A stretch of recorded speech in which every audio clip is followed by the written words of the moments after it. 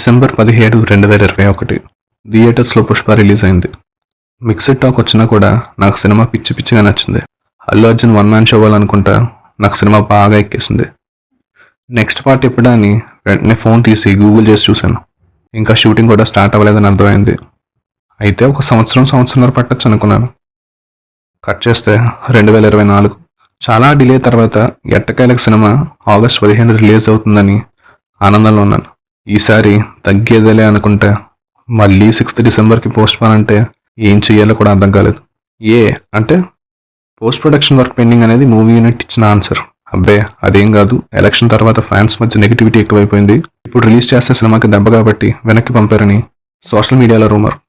అయినా ఒక commercial movie చేయడానికి 3 ఇయర్సా? ఈ విషయంలో మాత్రం జక్కనని మించిపోతున్నారు మన లేక మాస్టర్. అసలు రిలీజ్ పోస్ట్ పోన్ అవడానికి కారణం ఏమనుకుంటున్నారు? కామెంట్ చేయండి. ఇక మచ్చా సబ్స్క్రైబ్ చేసుకో.